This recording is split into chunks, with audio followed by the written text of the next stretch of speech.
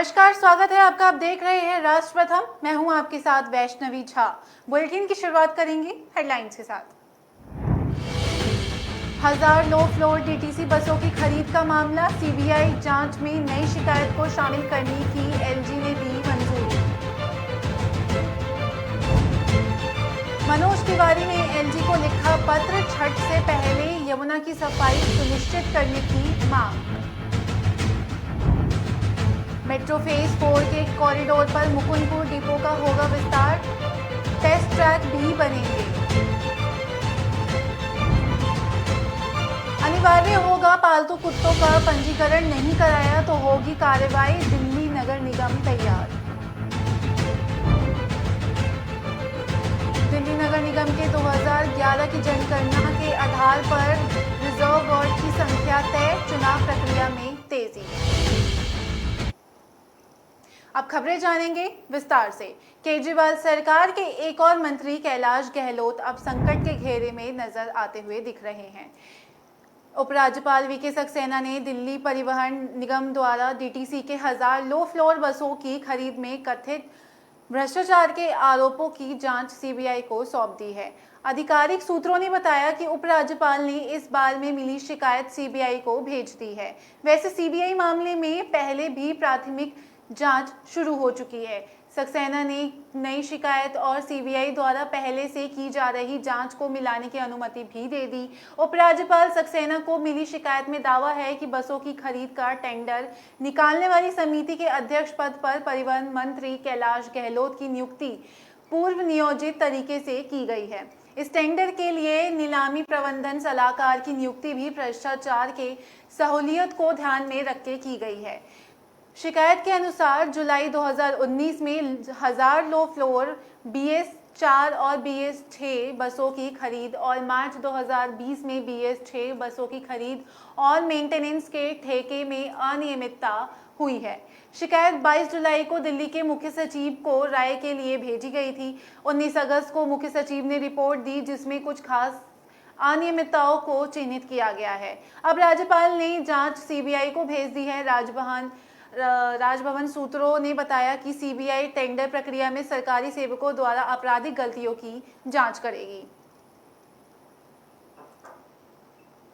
BJP सांसद मनोज तिवारी ने Delhi LG VK Saxena को पत्र लिखकर अधिकारियों को यमुना नदी के समय पर सफाई सुनिश्चित करने और दिवाली के बाद मनाए जाने वाले छठ त्योहार से पहले आवश्यक तैयारी सुनिश्चित करने के निर्देश देने की मांग की।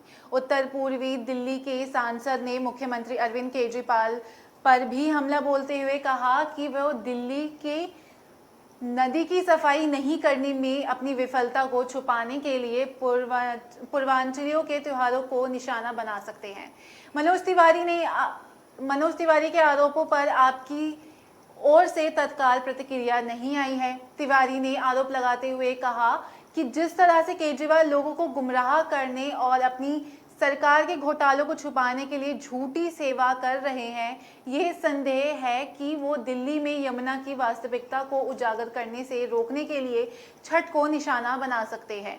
सक्सेना को पत्र लिखे अपने पत्र में तिवारी ने केजरीवाल सरकार पर पिछले साल दिल्ली में रहने वाले 50 लाख पूर्वांचलियों को अपमानित करने और अपनी विफलताओं को छुपाने के लिए दिल्ली में छठ पर्व पर प्रतिबंध लगाने की कोशिश करने का आरोप लगाया। आपको बता दें कि पिछले साल दिल्ली आपदा प्रबंधन प्राधिकरण ने कोविड महामारी के कारण छठ पर प्रतिबंध लगा दिया था। हालांकि बाद में उसने बीजेपी को जोरदार विरोध के बीच में यमुना को छोड़कर निर्देशित घाटों पर त्योहार मनाने की अनुमति दी थी।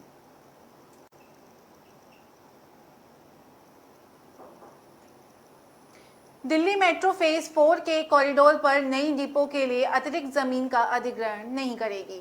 कोविड-19 के दौरान हुए वित्तीय नुकसानों को देखते हुए मुकुंदपुर में मौजूदा डिपो की क्षमता बढ़ाने का निर्णय लिया गया है। इसमें मौजपुर, मजलिस पार्क और आरके आश्रम, जनकपुरी पश्चिम कॉरिडोर पर किसी भी आपात स्थिति में तत्काल मेट्रो उपलब्ध होगी। इससे यात्रियों को किसी भी स्टेशन पर मेट्रो की तकनीकी खराबी होने पर सेवाएं न्यूनतम समय के लिए प्रभावित होगी। दिल्ली मेट्रो रेल कॉरपोरेशन यानी कि DMRC की ओर से मौजूदा डिपो में सुविधाओं के लिए विस्तार किया जा रहा है। मुकुंदपुर डिपो में मौजूदा लाइनों की संख्या में भी बढ़ोतरी की जाएगी ताकि अधिक से अधिक मेट्रो ट्रेनों का रखरखाव और परिचालन के लिए इस्तेमाल किया जा सके। मुकुंदपुर डिपो में फिलहाल 24 स्थिर लाइनें हैं। इनमें से 11 की लंबाई में बढ़ोतरी की जा रही है ताकि पिंक लाइन के लिए इसका इस्तेमाल किया जा सके। शेष 13 स्थिर लाइनों से मैजेंटा लाइनें की जरूरत पूरी की जाएंगी। कुत्ते के काटने की बढ़ती घटनाओं को देखते हुए MCD ने नागरिकों से अपने पालतू कुत्तों का तत्काल पंजीकरण कराने के लिए कहा। पंजीकरण नहीं कराने पर निगम ऐसे कुत्तों के मालिकों पर सख्त कानूनी कार्रवाई करने की तैयारी कर रहा है। नगर निगम अधिनियम 1957 की धारा 399 के तहत सभी पालतू कुत्तों का निगम में पंजीकरण कराना अनिवार्य है। पंजीकरण नहीं कराने पर निगम द्वारा सख्त कार्रवाई की जाएगी। साथ ही सार्वजनिक स्थानों पर घूमते कुत्तों को भी जब्त किया जाएगा। पालतू कुत्तों के मालिक पर जुर्माना लगाने और कानूनी कार्रवाई करने का भी प्रावधान है। पशु चिकित्सक विभाग के वरिष्ठ अधिकारी ने बताया कि दिल्ली नगर निगम अधिनियम 1957 के तहत पालतू कुत्तों का पंजीकरण अनिवार्य है, लेकिन ये देखा गया है कि नागरिक अपने पालतू कुत्तों का पंजीकरण नहीं कराते हैं। हम नागरिकों से अपील करते हैं कि वे अपने पालतू कुत्तों को जल्द से जल्द पंजीकरण कराएं, अन्यथा दिल्ली नगर निगम अधिनियम के तहत उचित कार्रवाई की जा सकती है। ये नियम उन लोगों पर भी लागू होता है जिन्होंने आवारा कुत्तों को पाला हुआ है और उनका पंजीकरण नहीं कराया है।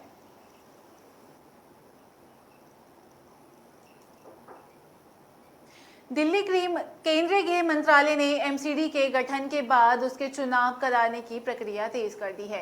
मंत्रालय ने MCD के कुल और अनुसूचित जाति के वार्डों की संख्या तय कर दी है। मंत्रालय ने MCD के वार्डों की संख्या 250 तय की है। इनमें से अनुसूचित जाति के लिए 42 वार्ड सुरक्षित करने की अधिसूचना जारी की है। MCD में महिलाओं के लिए 50% आरक्षण है। मंत्रालय ने वर्ष 2011 की जनगणना के आंकड़ों के आधार पर आरक्षित वार्डों की संख्या तय की है। केंद्रीय गृह मंत्रालय ने तीनों नगर निगमों का विलय कर के MCD का गठन करने के दौरान वार्डों की संख्या 272 से कम करके 250 करने का निर्णय लिया था। इसके बाद मंत्रालय ने MCD के वार्ड बनाने के लिए परिसीमन आयोग का गठन किया था। साथ ही आयोग को 250 वार्डों बनाने का आदेश भी दिया। इस संबंध में मंत्रालय ने शनिवार को अधिसूचना भी जारी की।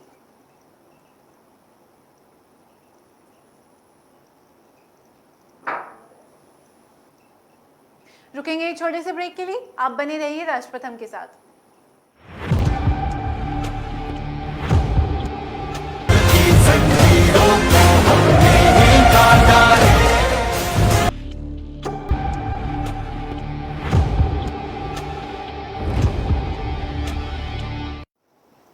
ब्रेक के बाद स्वागत है आपका। रुक करेंगे अगली खबर का। पंजाबी गायक सिद्धू मूसेवाला की हत्या के मामले में राष्ट्रीय जांच एजेंसी यानी कि NIA दिल्ली NCR हरियाणा और पंजाब में कई जगहों पर छापेमारी की। सूत्रों ने बताया कि राष्ट्रीय जांच एजेंसी पंजाबी गायक सिद्धू मूसेवाला की हत्या से जुड़े संदिग्ध आतंकी गिरोहों की संबंध में ये तलाशी ले रही है। NIA ने हरियाणा के यमुनानगर में गैंगस्टर काला राणा के आवास और पंजाब के फरीदकोट में गैंगस्टर विनय देवड़ा के आवास पर छापेमारी की। सूत्रों के मुताबिक पंजाब मुक्तसर की बागवली गली स्थित पीपल वाली गली में नई दिल्ली NIA की टीम ने मुक्तसर पुलिस सहित एक घर में रेड की और कई घंटे परिजनों से बातचीत भी की। मामला अभी स्पष्ट नहीं हो पा रहा है। मोबाइल सिम से जुड़ा मामला बताया जा रहा है, जो सिम किसी हत्याकांड में इस्तेमाल किया गया है। जानकारी के मुताबिक फरीदकोट में कोटकपुरा शहर में NIA की टीम ने छापेमारी की। एक फैक्ट्री में 3 घंटे के सर्च के बाद टीम गैंगस्टर विनय देवड़ा के घर पहुंची। बताया जा रहा है कि मोहाली में खुफिया विंग मुख्यालय पर हमले की जांच के तहत कार्रवाई की जा रही है।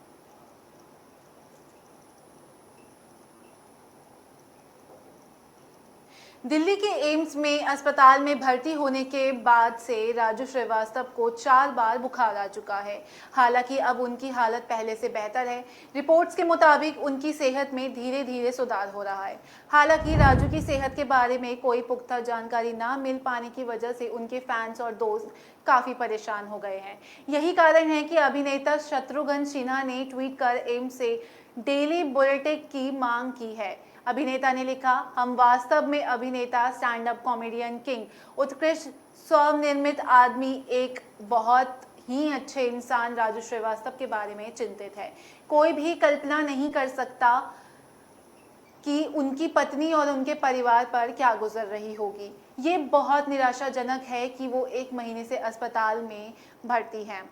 अगर डॉक्टर या अस्पताल उनके स्वास्थ्य की स्थिति पर एक बुलेटिन जारी करेंगे तो काफ़ी मदद होगी। आशा और प्रार्थना करता हूं कि वो जल्द से जल्द ठीक होकर बाहर आए। हर कोई उनके सुचारू रूप से स्वस्थ होने की प्रार्थना कर रहा है।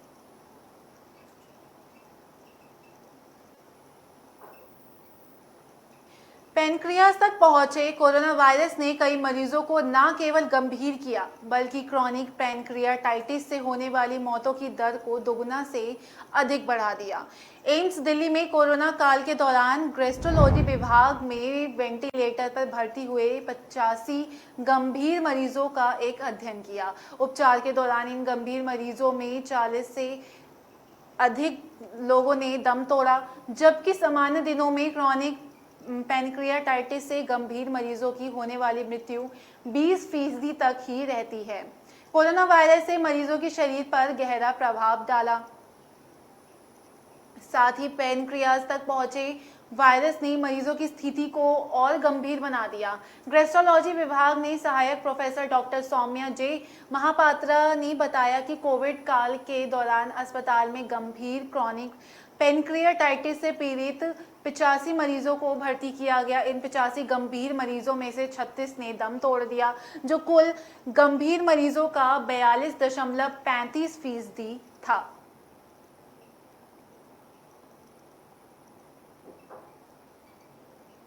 आईआरसीटीसी ने 25 और 30 सितंबर को 2 भारत गौरव टूरिस्ट ट्रेन चलाई जाएगी।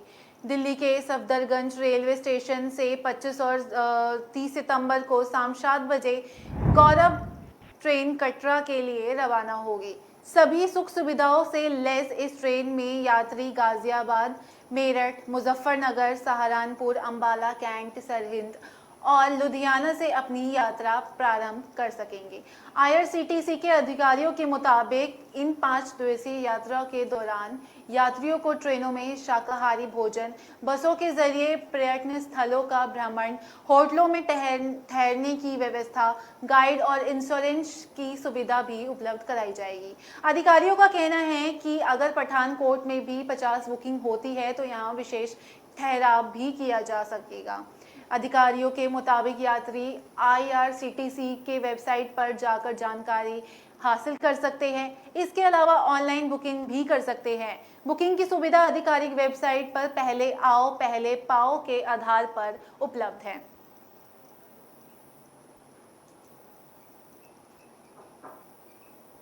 मौसम विशेष की इसके लिए बंगाल की खाड़ी में बार बार आने वाले निम्न दाब वाले क्षेत्र का जिम्मेदार मान रहे हैं, जिस वजह से मध्य भारत में अधिक बारिश हो रही है, जबकि उत्तर भारत में राज्य सूखा झेल रहा है। दिल्ली में आमतौर पर मानसून 27-28 जून तक दस्तक देता है। इस बार 30 जून को दिल्ली में दस्तक दी थी। आमतौर पर जून में 74.1 मिलीमीटर बारिश रिकॉर्ड दर्ज की जाती है, लेकिन सिर्फ 24.5 मिलीमीटर ही रिकॉर्ड हुई। ऐसे में सामान्य से करीब 67% कम बारिश रिकॉर्ड की गई। वहीं 30 जून से लेकर 1 जुलाई तक 152.3 मिलीमीटर बारिश रिकॉर्ड की गई, जो कि एक दिन में सबसे अधिक थी। जुलाई में दिल्ली का सूखा खत्म हुआ। पूरे जुलाई में 286.3 मिलीमीटर बारिश रिकॉर्ड की गई, जबकि सामान्य तौर पर 209.7 मिलीमीटर रिकॉर्ड की जाती है। ऐसे में इस महीने 37% अधिक बारिश रिकॉर्ड की गई थी। वहीं अगस्त में सूरज और बादलों के बीच लुका छुपी का खेल भी देखा गया।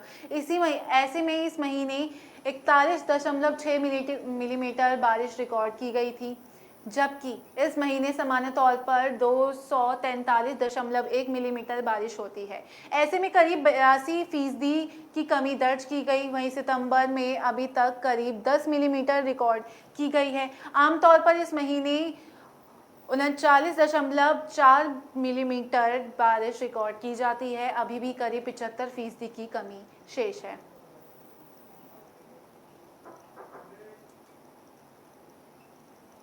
रुकेंगे एक छोटे से ब्रेक के लिए, आप बने रहिए राष्ट्र प्रथम के साथ।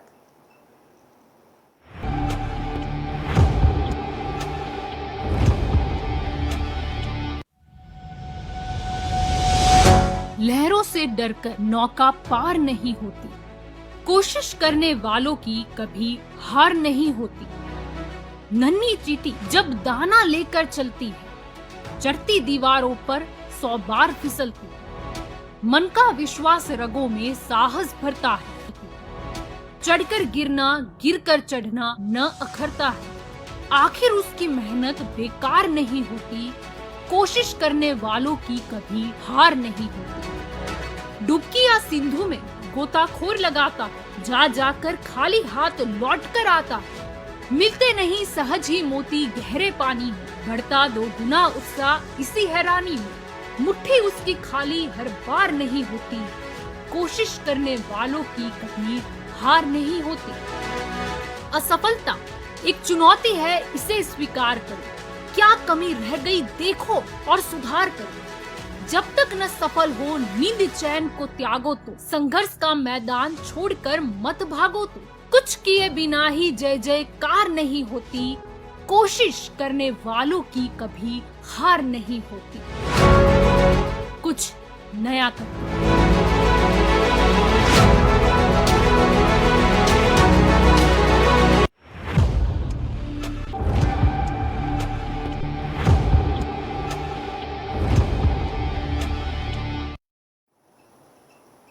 ब्रेक के बाद स्वागत है आपका। बढ़ेंगे अगली खबर की ओर। दिल्ली में रोहिणी साइबर सेल ने प्रधानमंत्री मुद्रा लोन दिलाने का झांसा देकर ठगी करने वाले 5 जालसाजों को गिरफ्तार किया है।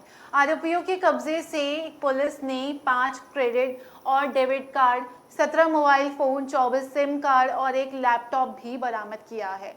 आरोपी 2 साल से ठगी की वारदात को अंजाम दे रहे थे और 6 महीने में ठिकाना बदल देते थे। आरोपियों की पहचान चांदनगर निवासी पंकज बरेजा, गगन बरेजा, सब्जी मंडी निवासी श्रेय रस्तोगी, बुराड़ी निवासी निशांत और जयपुर राजस्थान निवासी वरुण गौतम के रूप में हुई है। पंकज और गगन सगे भाई हैं।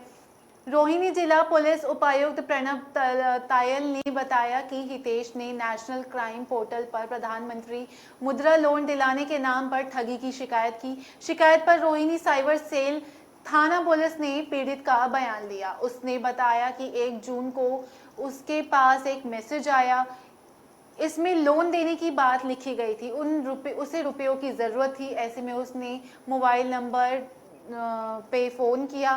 फ़ोन पर बात करने वाली महिला ने बताया कि वो लोन विभाग से बोल रही है। उसने 4% ब्याज दर पर 5 लाख का लोन देने की बात कही। इसके बाद महिला ने पीड़ित को व्हाट्सएप नंबर पर दस्तावेज भेजने के लिए कहा। अगले दिन महिला ने पीड़ित से लोन की मदद में 510 और 5400 एक बैंक खाते में जमा कराने के लिए कहा। पीड़ित ने पैसे को खाते में डाल दिया, लेकिन लोन नहीं मिलने पर उसे ठगी का एहसास हुआ। पुलिस को तकनीकी जांच में पता चला कि आरोपी मोती नगर में मौजूद है। पुलिस टीम ने छापा मारकर 4 आरोपियों को गिरफ्तार कर लिया। गिरफ्तार पंकज बरेजा ने बताया कि वो अपने भाई गगन बरेजा के साथ मिलकर लोगों को ठगता था। इस काम के लिए उसने 7 महिलाओं को टेली कॉलर पर रखा था।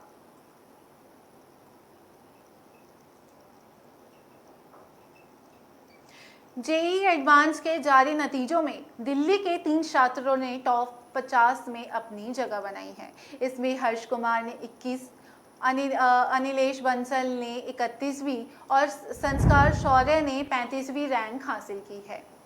तीनों छात्रों को देश के प्रतिष्ठित इंजीनियरिंग संस्थान IIT से इंजीनियरिंग करने का मौका मिलेगा।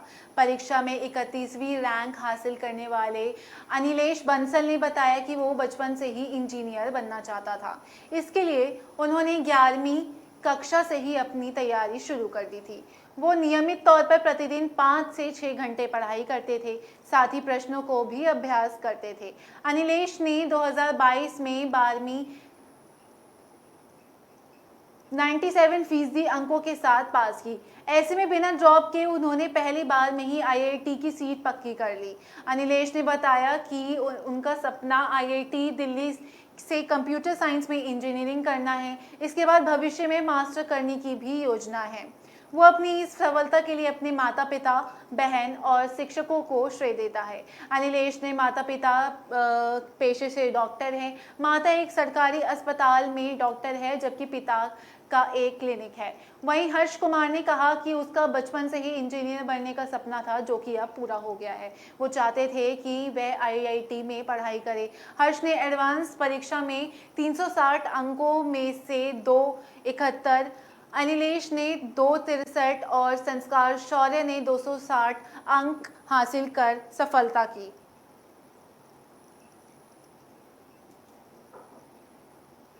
उत्तरी दिल्ली के सराय रोहिल्ला में एक युवक की पीट कर हत्या कर दी गई। पुलिस ने सोमवार को बताया कि फैक्ट्री के कर्मचारियों को एक समूह ने मोबाइल फोन चोरी के शक में एक 19 वर्षीय युवक को बेल्ट से और प्लास्टिक के पाइप से बेरहमी से पीटा, जिससे उसकी मौत हो गई। पुलिस उपायुक्त सागर सिंह कलसी ने बताया कि सराय रोहिल्ला पुलिस स्टेशन को शहजादाबाग में सड़क पर एक शव पड़े होने की सूचना दी गई थी। उन्होंने कहा कि उस पर कई चोटों के निशान भी थे। कटे हुए बाल चारों ओर बिखरे हुए थे। पुलिस ने मुख्य आरोपी, जो कि 36 वर्ष का है, उसको गिरफ्तार कर लिया है। अन्य आरोपियों की गिरफ्तारी के प्रयास किए जा रहे हैं।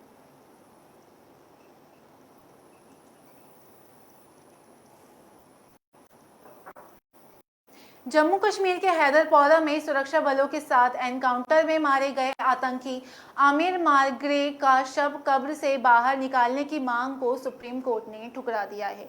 आमिर के पिता लतीफ ने याचिका दाखिल कर मांग की थी कि विधिवत अंतिम संस्कार के लिए उसके बेटे के शव को निकालने की मंजूरी दी जाए। जस्टिस सूर्यकांत और जस्टिस BS पारदीवाला की बेंच ने सुनवाई करते हुए कहा कि शव के विघटन का आदेश तब तक नहीं दिया जा सकता जब तक वो ये न देख ले कि इससे न्याय का हित हो रहा है। आमिर नवंबर 2021 में 2 साथियों के साथ एनकाउंटर हुआ था, उसका सुरक्षा बलों के जरिए।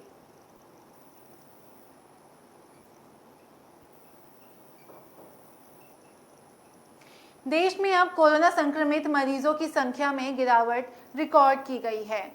केंद्रीय स्वास्थ्य मंत्रालय की ओर से सोमवार को जारी किए गए आंकड़ों के अनुसार पिछले 24 घंटे में भारत ने 50,222 नए कोरोना वायरस संक्रमित मरीज रिकॉर्ड किए हैं। इसके बाद कोविड-19 मामलों की कुल संख्या बढ़कर 4,45,580 हो गए, जबकि सक्रिय मामलों की संख्या 47,176 हो गई है। स्वास्थ्य मंत्रालय के मुताबिक पिछले 24 घंटे में 15 लोगों की मौत भी दर्ज की गई। इसके बाद अब कोरोना की वजह से जान गंवाने वालों की संख्या बढ़कर 5,28,165 हो गया है। इसमें केरल के 4 मौतों को भी शामिल किया गया, जिस पर स्थिति स्पष्ट किए जाना बाकी था। पिछले 24 घंटे में महाराष्ट्र में 3 और छत्तीसगढ़ में और दिल्ली में 2-2 की मौत दाखिल की गई। फिलहाल इस बुलेटिन में उतना ही। आप हमारी खबरों को विस्तार से जानने के लिए हमारी वेबसाइट का भी प्रयोग कर सकते हैं। हमारी वेबसाइट का पता है www.kamalrashtriya.com। खबरों को विस्तार से जानने के लिए आप वेबसाइट पे जाकर सर्च करें। नमस्कार।